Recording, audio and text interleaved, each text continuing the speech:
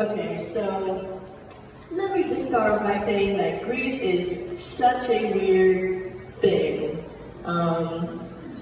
Jackie and I were lucky enough to work with Mike at Calix as music director, library directors, and so we saw that, we'll call it quirks. We saw those quirks really up close. His attention to detail, it was unmatched and unparalleled, but when I think of Mike, the first thing that comes to my mind is that he made me realize that being a weirdo is the best.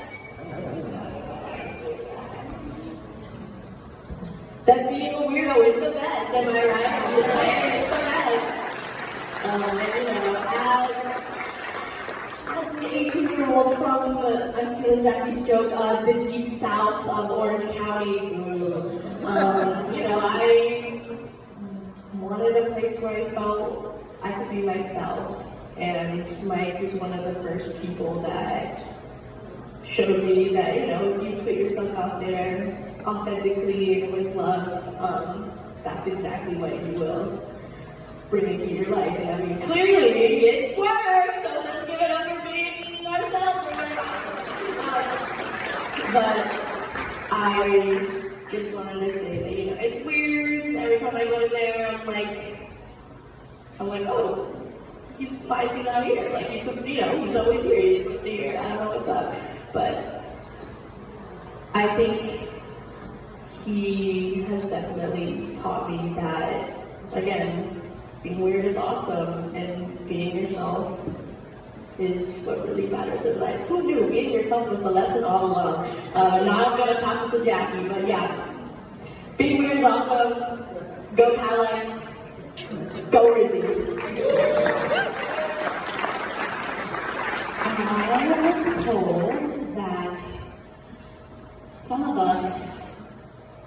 us came from across the state, some of us flew up, some of us came from across the country to come here today, some of us came from out of the country to be here today, which is pretty remarkable. And there's a lot of people I don't know here, but I feel comfort and peace knowing that the one thing that kind of, that we all have in common is that Mike was able to really touch our hearts and souls. And the fact that so many people came, when I saw that like 200 people RSVP'd, I was like, wow, this Mike Rizzy guy is a superstar, let's just be real. I knew that Mike would be a close friend of mine when I first started working with him for the library. And as we're walking into Calix, he pulls me aside and he says, wait a minute, I need to tell you something.